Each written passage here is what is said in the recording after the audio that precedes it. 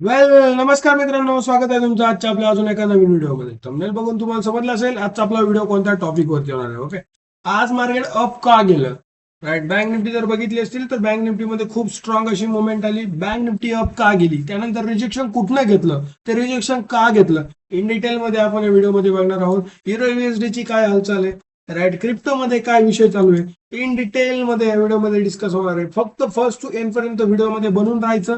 पूर्ण video in डिटेलमध्ये बघायचा, व्यवस्थित नोट्स काढायच्या, आणि जर काही डाऊट आला तर कॉमेंटमध्ये मला नक्की विचारायचं. चला तर मग सुरू करूया. आता इंडियन मार्केट अनालिसिस करण्याआधी सर्वात महत्वाचं ग्लोबल मार्केट म्हणलं की इंडियावरती सगळ्यात जास्त इम्पॅक्ट होतो ते म्हणजे आपलं युएस मार्केट. युएस मार्केट म्हणलं की सर्वात इम्पॉर्टंट डाऊ जोन्स. आता डाऊ जोन्स जर बघितली तर डाऊ जोन्स मध्ये मी तुम्हाला ओरडू सांगतोय की डाऊ जोन्स अप साईडला टिकू शकत नाही. ओके, काय झालंय बघितलं असेल तुम्ही. एक्झॅक्टली जे बोललो एक्झॅक्टली तेच झालं. मार्केटमध्ये डाऊ जोन्स टिकलेली नाहीये. डाऊ जोन्सचं रिजेक्शन बघू शकता तुम्ही. ओके, एक्झॅक्टली इथून मार्केटने टॅब एंट्री घेतली पुढ साईडला. मी बोलत होतो इथं मार्केट टिकू नाही शकत, एक्झॅक्टली तेच झालं. डाऊन साईडला आली. आता याचा जो सपोर्ट आहे तो सपोर्ट डायरेक्ट 52,373चा यामध्ये सपोर्ट आहे. ओके, तोपर्यंत डाऊ जोन्सचा सपोर्ट नाहीये. Okay, right. डाऊ जोन्स झालं. डाऊ जोन्स मध्ये खूप जास्त निगेटिव्हिटी बघायला भेटली. त्यानंतर नॅसडॅक जर बघितलं, नॅसडॅक मध्ये सुद्धा एक्झॅक्ट तीच मोमेंट आहे. जो व्ह्यू होता माझा एक्झॅक्टली त्याच प्रकारे नॅसडॅक सुद्धा डाऊन साईडला यायला लागले. आता नॅसडॅक मध्ये जर सपोर्ट बघितला तर 25,918 रुपयाचा एकदम स्ट्रॉंग सपोर्ट आहे नॅसडॅक मध्ये. पण स्ट्रॉंग म्हणता नाही येणार, बऱ्यापैकी सपोर्ट आहे. मला नाही वाटत तिथं ठिकाणी इथून जर आलं तर 25,556 रुपयाचा एकदम स्ट्रॉंग असा हा सपोर्ट आहे. तिथे मार्केट कसं कन्सोलिडेट करतं त्यानंतर स्ट्रॉंग मुवमेंट नॅसडॅक मध्ये येऊ शकते. ओके, आता नॅसडॅक झालं. नॅसडॅक नंतर सर्वात महत्वाचं एस एम पी 500 मध्ये बघू शकता, राईट. एकदम स्ट्रॉंग अशी डाऊन साईडला मुवमेंट. S&P 500 मध्ये मला डायरेक्ट सपोर्ट दिसतोय, तो दिसतोय 75,700 ला. तोपर्यंत मार्केटमध्ये सपोर्ट S&P 500 मध्ये सुद्धा नाहीये. ओके, हे झालं आपलं ग्लोबल मार्केट. ग्लोबल मार्केट जर तिन्ही इंडेक्स बघितल्या, राईट, नॅसडॅक, डाऊ जोन्स आणि S&P 500 ह्या सगळ्या काय आहे, निगेटिव्ह आहे. ओके, आणि आपलं इंडियन मार्केट काय चालू आहे, पॉझिटिव्ह झालंय. ओके, कारण या तिन्हीमध्ये काय झालंय, ऍव्हरेजिंग झालेली नाही. ते ऍव्हरेजिंग कुठेतरी कम्प्लीट करण्यासाठी मार्केट काय करू राहिले, प्रयत्न करू राहिलो. आणि एकदा ऍव्हरेजिंग झाली व्यवस्थित, प्राइस ऍक्शन सुद्धा S&P 500 मध्ये घेणार. 75,21 चा जो सपोर्ट आहे तिथं मार्केट एकदम परफेक्टली सपोर्ट घेऊ शकतं, असा माझा व्ह्यू आहे S&P 500 मध्ये. आणि डाऊ जोन्स आणि नॅसडॅकचं तर तुम्हाला मी सांगितलंच. ओके, आता त्यानंतर हे झालं आपलं युएस मार्केट. युएस मार्केट नंतर सर्वात महत्वाचं आहे आपलं एशियन मार्केट. आणि एशियन मार्केट म्हटलं की त्यामध्ये सर्वात महत्वाचं झालं आपलं निकाई म्हणजे जपानची इंडेक्स आहे. ओके, तिथं काय झालं बघू शकता. ओके, आपला जो सपोर्ट आहे तुम्ही बघू शकता. आपण व्यवस्थित काही माझ्याकडे काही आपण आपल्यात काही जादू वगैरे काही नाही, व्यवस्थित मी जे मार्केटमध्ये टेक्निकल अनालिसिस आहे एक्झॅक्ट आणि प्लस सायकोलॉजी तुम्हाला इन डिटेलमध्ये सांगतो. एक्झॅक्ट तेच मार्केटमध्ये वर्क होतं. ओके, आणि एक्सपिरियन्स, राईट. जर बघितलं आपला सपोर्ट होता, इथून सपोर्ट घेतला. सपोर्ट नंतर आपलं रेजिस्टन्स 69,241चा एक्झॅक्ट तिथं रेजिस्टन्स घेतला. मार्केटमध्ये परत एकदा डाऊनफॉल बघायला भेटला. अप्रॉक्सिमेटली 4,000 पॉईंटचा काय होता हा डाऊनफॉल होता. आणि एक्झॅक्ट तिथूनच मार्केट डाऊन आला. आता इथं सपोर्ट घेतोय कारण आपला इथं सपोर्टचा एरिया आहे, इथं प्राइस ऍक्शन घडू शकते. इथे कसं रिॲक्ट करतं ते फार महत्वाचं आहे. ओके, आपलं एशियन मार्केटमधील निकाय, राईट. निकायमध्ये अजूनही माझा व्ह्यू जो आहे आता इथून कुठेतरी बुलिश होताना दिसतोय माझा व्ह्यू, राईट. इथं कसं रिॲक्ट करतात त्यानंतर बघूयात आपण. पण इथं जर रिॲक्ट जर व्यवस्थित केलं, बुलिश इन द सेन्स म्हटलं की परत एकदा हायर हाय ब्रेक करीन असं नाही, परत हाच रेजिस्टन्स आहे तोच वर्क करेन. इथं कसं रिॲक्ट होतं त्यानंतर अजूनही माझा व्ह्यू जो आहे तो जवळजवळ 59,000पर्यंत व्ह्यू आहे. इथपर्यंत पुढला परत एकदा निकाय येऊ शकतो. ओके, निकाय नंतर सर्वात महत्वाचं हँगसेंगचा एवढा इम्पॅक्ट आपल्या इंडियन मार्केटवर नव्हत, पण तो सुद्धा कुठेतरी ठीकठाक मुवमेंट दिली, त्यांनी सुद्धा गॅप ऑफ मुवमेंट आपल्याला आज दिले. त्यानंतर कंपोजिट इंडेक्स, कंपोजिट मध्ये जर बघितलं तर कंपोजिट सुद्धा कुठेतरी कन्सोलिडेट करताना दिसतंय. त्यानंतर सर्वात महत्वाचं आहे आपलं FTSE, राईट. युरोपियन मार्केट आहे. FTSE मध्ये काय चालू आहे, FTSE जर बघितलं FTSE मध्ये अप ट्रेंड फॉर्मेशन स्टार्ट झाले. आता इथे व्यवस्थित प्राइस ऍक्शन आहे.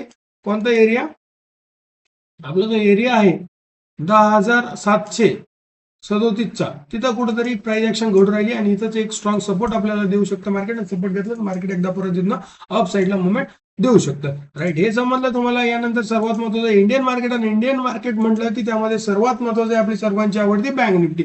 त्यामध्ये काय घडलंय यामध्ये व्यवस्थित ब्रीफ आपण काय करणार, अनालिसिस करणार आहोत. ओके, चल तर मग बघूया.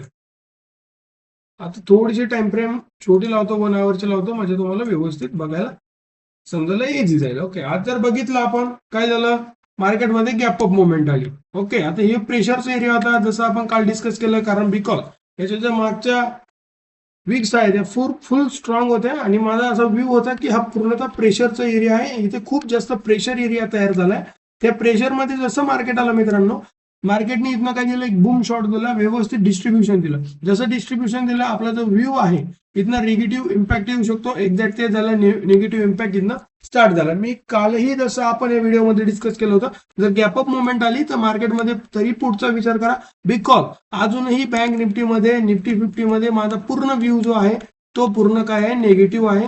बिकॉज मार्केटमध्ये ऍव्हरेजिंग झालेली नाही. जोपर्यंत ऍव्हरेजिंग मार्केटमध्ये होत नाही, मार्केट कधी हायर ब्रेक करत नाही. ओके, मार्केटमध्ये खूप जास्त पुढच्या रॅलीज येत असतात. त्यानंतर जर बघितलं आपण व्यवस्थित इन डिटेलमध्ये आज काय घडलं, आज जे घडलं ते अपेक्षितच होतं आपल्याला आणि एक्झॅक्ट तेच मुवमेंट आले. राईट, जे 17 ऑगस्टचा मार्केटचा हाय होता, एक्झॅक्टली तिथं मार्केट गेलं आणि तिथनं आपल्याला व्यवस्थित एक रिजेक्शन बघायला भेटलं. बिकॉज इथे काय होतं बघा, इथे एक इंगल्फिंग कॅन्डल बनवली होती, बेरिश इंगल्फिंगच्या 50-50 एरियाला मार्केटने रिजेक्शन घेतलं आणि त्याचा ब्रेक झाला. त्यानंतर डाऊन साईडला आपला मुवमेंट बघायला भेटली. कशामध्ये, आपल्या निफ्टी बँक मध्ये. आणि ओके, आता जर याचा रेजिस्टन्स बघितला, रेजिस्टन्स हाच आहे 57,700चा. ओके, तिथं कसं रिएक्ट होतं ते बघूया. राईट, तोच एक रेजिस्टन्स आहे. त्यानंतर जर सपोर्ट बघितला, सपोर्ट डायरेक्ट परत एकदा हाच एरिया आहे 57,057चा. राईट, इथंच एक सपोर्ट घेऊ शकतो. त्यानंतर मार्केटमध्ये मला नाही वाटत की मार्केटने जर एकदा हा जर सपोर्ट ब्रेक केला ना, कोणता 57,057चा, तर मार्केट डायरेक्ट 56,777ला येऊ शकतं आणि त्यानंतर 56,394ला येऊ शकतं. तिथून जर ब्रेक झाला तर थोडं खाली, हा, पर तिथून जर ब्रेक झाला तर 56,056चा एक सपोर्ट आहे. त्यानंतर डायरेक्ट 55,055ची लेवल, 55,500ची लेवल आहे. तिथं मार्केट व्यवस्थित रिॲक्ट होईल आणि तिथं मार्केटमध्ये होऊन जाईल ऍव्हरेजिंग. ओके, सो जोपर्यंत मार्केटमध्ये ऍव्हरेजिंग होत नाही, माझा व्ह्यू रेजिस्टन्सचा, सपोर्टचाच आहे. सॉरी, जोपर्यंत मार्केटमध्ये ऍव्हरेजिंग होत नाही, माझा व्ह्यू जो आहे तो निगेटिव्ह राहणार आहे. ओके, त्यानंतर जर बघितलं आपण रेजिस्टन्स कोणता आहे, हा जो पहिला रेजिस्टन्स आहे 57,772चा, दुसरा रेजिस्टन्स 57,894चा आणि तिसरा रेजिस्टन्स जो आहे तो 58,136चा रेजिस्टन्स आहे. आणि तिथं नाही, सॉरी, 58,058चा एकदम स्ट्रॉंग रेजिस्टन्स आहे. आणि याच्यावरती मला नाही वाटत मार्केट कन्सोलिडेट करू शकतं. आणि इथून एकदा जर ब्रेक झालं तर मार्केटमध्ये परत एकदा बेरिश मुवमेंट आपल्याला बघायला भेटू शकते. ओके, हा, या व्ह्यू जे आहेत ना, हा व्ह्यू कुठेतरी आहे, थोडा अपचा आहे, पण जास्तीत जास्त इथपर्यंत 58,058चा त्याच्या अप मार्केट मला नाही वाटत सस्टेन करू शकतो. तिथून जर ब्रेक झाला तर मार्केटमध्ये एकदा 55,555ची जी लेवल आहे तिथं मार्केट परत एकदा येऊ शकतं. ओके, बँक निफ्टी समजली. बँक निफ्टी नंतर सर्वात महत्वाचं आहे आपलं निफ्टी 50. निफ्टी 50 बघण्याआधी मी तुम्हाला आयटी सेक्टर समजून सांगतो, म्हणजे ते तुमच्या एक्झॅक्टली डोक्यात जाईल. आयटी सेक्टर जर बघितलं तर आयटी सेक्टरमध्ये फॉल बघा तुम्ही फक्त किती मोठा आयटी सेक्टर. इंडिया वेक्स कुठेतरी उठायचं काम करू राहिलं. सो जोपर्यंत ते उठत नाही तोपर्यंत माझा व्ह्यू अजूनही पूर्णतः इंडिया विक्स मार्केटमध्ये कन्सोलिडेटच करणार आहे. राईट, त्याच्या आधी आपण बघूया Nifty IT sector. Nifty IT sector मध्ये सपोर्ट आहे, कारण इथं सपोर्ट घेतला, कारण हा जो एरिया होता हा पूर्णतः प्रेशरचा एरिया होता. कारण तुम्ही वीक बघा किती मोठा आहे, त्या वीक मध्ये खूप स्ट्रॉंग प्रेशर आहे. त्या वीक मध्ये मार्केटने सपोर्ट घेतला, त्यानंतर एकदम स्ट्रॉंग गॅप ऑफ मुवमेंट झाली. त्यामुळे निफ्टी 50ला सुद्धा सपोर्ट भेटला. निफ्टी 50 सपोर्ट भेटल्यामुळे काही कंपन्या जे इन्व्हेस्टेड असतात त्यानंतर बँक निफ्टीला सपोर्ट भेटला, कारण बँका त्यांना लोन देतात. Okay, right. आता त्यानंतर निफ्टी 50 जर बघितलं, निफ्टी 50 मध्ये एकदम स्ट्रॉंग गॅप ऑफ मुवमेंट आली. जवळजवळ निफ्टी 50 200 पॉईंटची गॅप ऑफ मुवमेंट होती. राईट ना. ओके, हा, अप्रॉक्सिमेटली 200 पॉईंट, 180 पॉईंटची होती, पण 200 पॉईंट अप्रॉक्सिमेटली मुवमेंट होती एकदम डाऊन बॉटम टू. राईट, इथं सपोर्ट होता. हे पहा, इथं आपला व्ह्यू जसा होता व्यवस्थित सपोर्ट घेतला. सपोर्ट नंतर हा जो एरिया हा निगेटिव्ह, इथं मार्केट रिजेक्शन घेऊ शकतं आणि एक्झॅक्ट त्याच प्रकारे मार्केटने केलं. ठीकठाक रिजेक्शन घेतलं मार्केटने. रिजेक्शन नंतर आता कसं रिॲक्ट होतं ना, ते फार महत्वाचं आहे. माझा हा व्ह्यू आहे, हा रिजेक्शनचा एरिया आहे. जर निफ्टी 50 मध्ये जर बघितलं, जर इथालचा जर एरिया जर सपोर्ट ब्रेक झाला कोणता 23,970चा, त्यानंतर मार्केटमध्ये डायरेक्ट सपोर्ट जो आहे तो 23,573 आणि तिसरा सपोर्ट 23,239चा सपोर्ट आहे. तोपर्यंत मार्केटमध्ये सपोर्ट नाही. आता रेजिस्टन्स जर बघितला तर हा पहिला रेजिस्टन्स आहे कोणता 24,239चा. दुसरा रेजिस्टन्स जो आहे तो आहे आपला 24,308चा आणि तिसरा रेजिस्टन्स आहे 24,398चा. राईट, आणि त्यानंतरचा रेजिस्टन्स आहे 24,545चा. राईट. हे रेजिस्टन्स तुम्हाला समजले. ओके. त्यानंतर जर बघितलं आपण तर हे समज तुम्हाला निफ्टी. ओके. त्यानंतर सेन्सेक्स जर बघितलं तर सेन्सेक्स मध्ये सुद्धा स्ट्रॉंग गॅप अप मुवमेंट आली बिकॉज इथं प्रेशर एरिया बिल्ड होता. राईट. जसं आपला राईट काल आपलं जसं व्हिडिओमध्ये डिस्कस झालं आणि सॉरी काल व्हिडिओमध्ये थोडासा व्हॉइस आला नाही तुम्हाला व्यवस्थित, त्यामुळे खरंच तुम्हाला सॉरी. ओके. जर इथून बघितलं इथून एकदम स्ट्रॉंग मुवमेंट आली. आता हा जो व्ह्यू आहे हा निगेटिव्ह आहे. राईट. जर इथून अप गेलं तर अप कुठपर्यंत जाऊ 77,777 एकदम स्ट्रॉंग रेजिस्टन्स आहे. आणि त्यानंतर जर बघितलं एकदम स्ट्रॉंग रेजिस्टन्स जर हवं असेल तर हे बघा 77,811 आणि 77,777 इथून ते 77,811चं रेजिस्टन्स एकदम स्ट्रॉंग आहे. ओके. त्याच्या अप जरी मार्केट जर ओपन झालं तर त्यांना तेव्हा सगळ्यात स्ट्रॉंग रेजिस्टन्स आहे 78,118 रुपयाचं आणि 78,078चं एकदम स्ट्रॉंग रेजिस्टन्स आहे. त्याच्या अप मला नाही वाटत सेन्सेक्स उघडू शकतो आणि सेन्सेक्स मध्ये एव्हरेजिंग झालेली नाही. जर सेन्सेक्स मध्ये जर सपोर्ट बघितला पहिला सपोर्ट आहे 76,171चा, दुसरा सपोर्ट आहे 75,352चा आणि तिसरा सपोर्ट आहे 74,894चा. हे आहे सेन्सेक्स मध्ये सपोर्ट. ओके. सेन्सेक्स समजलं. आता चला आपण आपला पूर्ण मोर्चा नेऊयात ग्लोबल मार्केट. ग्लोबल मार्केट म्हणलं की सर्वात महत्वाचं आलं आपलं युरो USD. फॉरेक्स मध्ये आलो, पण फॉरेक्स साठी आपण सर्वात महत्वाचं आहे आपलं डॉलर बघूया. डॉलर इंडेक्स मध्ये काय झालं. डॉलर बघा तुम्ही उठताना दिसू राहिले आणि इंडियन मार्केटसाठी निगेटिव्ह साईन आहे बिकॉज हे जर इथून अप निघालं आणि 101 102 पर्यंत जर गेलं तर त्यांना तेव्हा डॉलर मध्ये परत आपल्या इंडियन मार्केटमध्ये परत रिजेक्शन येऊ शकतं. तसं आपला सपोर्ट आहे 58,000चा. तिथूनच मार्केट उठायला लागलं आणि इथून खूप स्ट्रॉंग असं डायव्हर्जन आपले रिलेटिव्ह स्ट्रेंथ इंडेक्स दाखवते आणि इथून जर अप निघाला तर अपचा तो डायरेक्ट रेजिस्टन्स जो आहे तो रेजिस्टन्स आहे आपला 99. राईट. 99 नंतर 101. राईट. आणि 102 हे आपले आहे रेजिस्टन्स. तिथपर्यंत मार्केट जाऊ शकतं. म्हणजे रेजिस्टन्स म्हणण्यापेक्षा आपले आहे टार्गेट. ओके. आणि एक्झॅक्ट मार्केट काय करू शकतं तिथंच मुवमेंट देऊ शकतं. ओके. राईट. त्याच्या अप जर गेलं जाऊ पण शकतं, गेलं म्हणजे काय जाणारच. राईट का. 100 नंतर 101 101 नंतर डायरेक्ट आहे आपला 102 103चा रेजिस्टन्स. ओके. तोपर्यंत मार्केटचं खूप मोठी रॅली डॉलरमध्ये येऊ शकते असा माझा व्ह्यू आहे. आणि जर तसं झालं ना मित्रांनो तर मी 100% सांगतो इंडियन मार्केट पूर्णतः बऱ्यापैकी क्रॅश होईल. मार्केटमध्ये एव्हरेजिंग नक्की होईल. ओके. आता हे समजलं डॉलर नंतर सर्वात महत्वाचं आहे आपलं फॉरेक्स मार्केट. फॉरेक्स मार्केट म्हटलं की सर्वात महत्वाचं USD ENR जर बघितलं ना खतरनाक रॅली नंतर परत एकदा डाऊनफॉल. ओके. जर मोठी टाइम फ्रेम लावतो 1 डेची त्यामध्ये तुम्हाला एक्झॅक्टली समजेल की मार्केटमध्ये काय झालं. हे बघा रॅली स्टार्ट झाली ना स्ट्रॉंग रॅली भेटली. रॅली नंतर मार्केट इथं कन्सोलिडेट करू लागलं. 1 डेच्या टाइम फ्रेम मध्ये व्यवस्थित कॅन्डल दिसतात USD ENRच्या आणि याचं जर स्ट्रॉंग रेजिस्टन्स बघितलं 96.70चं एकदम स्ट्रॉंग रेजिस्टन्स यामध्ये आहे. त्यानंतर जर बघितलं आपलं USD जपान मध्ये काय दिसतं बऱ्यापैकी हे निगेटिव्ह पाहिजे. पण बघूया थोडा नेटवर्क इश्यू आहे माझा तो त्यामुळे थोडासा प्रॉब्लेम होतोय. राईट. USD ENR जर म्हटलं तर तुम्ही बघू शकता USD जपान जर म्हटलं तुम्ही बघू शकता त्यामध्ये आपला जो व्ह्यू होता. राईट. कुठं व्ह्यू आहे आपला जर सपोर्ट बघितला तुम्ही तो सपोर्ट डायरेक्ट माझा आहे जवळजवळ 150 पॉईंटला आणि तिथे मार्केट येऊ शकतो. ओके. हे थोडस आहे ना मार्केटमध्ये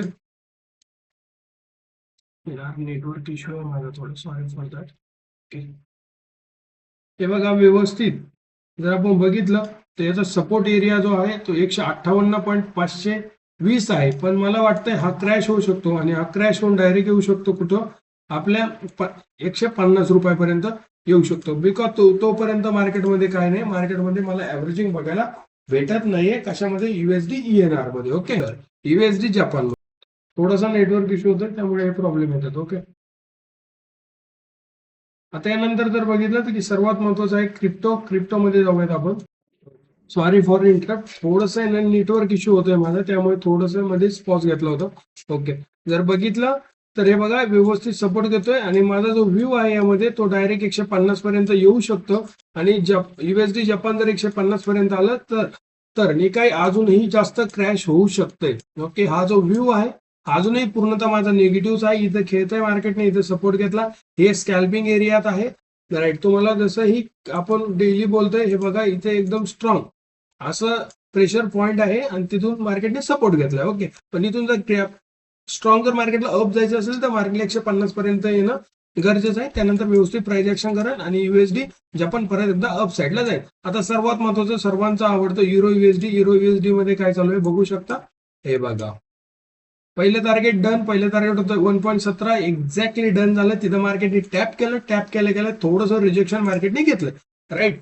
बघू शकता पिन पॉईंट एंट्री आहे. पिन पॉईंट एंट्रीवरती व्यवस्थित अप साईडला मार्केट निघालं. आता जर इथून खाली आलं तर ध्यानात ठेवा व्यवस्थित इथपर्यंत येऊ शकतो 1.16 पर्यंत. त्यानंतर परत एकदा अप साईडला मार्केट निघू शकतं काय युरो युएसडी. ओके ध्यानात ठेवा युरो युएसडी वाले जेवढे पण फॉरेक्स करतात त्याच्यावर महत्वाचं त्यांच्यासाठी आहे युरो युएसडी कडे लक्ष असू द्या. ओके जी सपोर्ट सांगितली आणि जर इथून जर बघितलं सपोर्ट याचा पहिला सपोर्ट आहे 1.16, दुसरा सपोर्ट आहे 15.200. ओके त्यानंतर रेजिस्टन्स आहे 1.18 आणि त्याच्यावर जर बघितलं तर 1.20 हे त्याचे टार्गेट एरिया आहे. आणि माझा व्ह्यू जो आहे युरो युएसडी मध्ये तो अप साईडचा जास्त आहे. ओके त्यानंतर क्रिप्टो म्हणलं की सर्वात महत्वाचं जे आहे इथेरियम. बघितलं इथेरियम मध्ये रॅली आली का नाही. बोलत होतो ओरडू यार तुम्हाला की रॅली येईन. ओके असा एक व्हिडिओ नाही की त्यामध्ये मी कधी बोललो नाही की इथेरियम मध्ये रॅली आहे. बघितलं पहिलं टार्गेट होतं 2000 नंतर दुसरं टार्गेट होतं 2300 आणि 2300 नंतर दुसरं टार्गेट आहे 2400. मी व्यवस्थित सांगत होतो मार्केटमध्ये रॅली येईन आणि युरो युएसडी मध्ये इथेरियम क्रिप्टो मध्ये रॅली येणार. आली का नाही रॅली. मूर्खवाणी तर नव्हतं सांगत नाही एक्झॅक्टली सांगत होतो. तीच रॅली आली आहे मार्केटमध्ये राईट.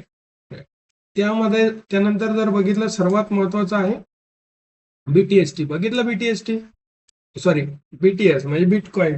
थोडस आज ना थोडं नेटवर्क इश्यू असल्यामुळे ना थोडंसं हे होऊ राहिले. पहिला बघितलं इथनं बुलिश एरिया तयार झाला. बुलिश एरिया नंतर मी इथं ओरडू सांगत होतो मला सर्वात महत्वाचं जे वाटतंय आता ते बिटकॉइन वाटतं आणि एक्झॅक्ट बिटकॉइन मध्ये बूम खूप स्ट्रॉंग बूम आला. ओरडू सांगत होतो जर तुम्हाला ऑप्शन ट्रेडिंग करायची तर तुमचं बिटकॉइन मध्ये करा. बघितलं 2 ते 3 कॅन्डल आले 4 ऑफरचे. त्यानंतरची मोमेंट आहे खूप मोठ्या मोमेंट आहे या राईट. आणि याचं माझं दुसरं टार्गेट आहे ते आहे 82,000चा आणि तिथपर्यंत जाणार हे ध्यानात ठेवा. आज लिहून घ्या.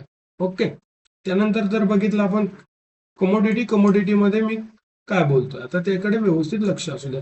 त्याचं गोल्ड मध्ये काय चालू आहे. गोल्ड मध्ये मार्केट व्यवस्थित चालू आहे आणि 1,60,000 पर्यंत जर गेलं तिथून एकदम स्ट्रॉंग रिजेक्शन घेऊ शकतं. परत एकदा स्ट्रॉंग डाऊन साईडला मार्केट येऊ शकतं. ओके त्यानंतर जर बघितलं सिल्वर मध्ये पण तेच आहे. सिल्वर मध्ये काय असं काही वेगळं नाहीये. ओके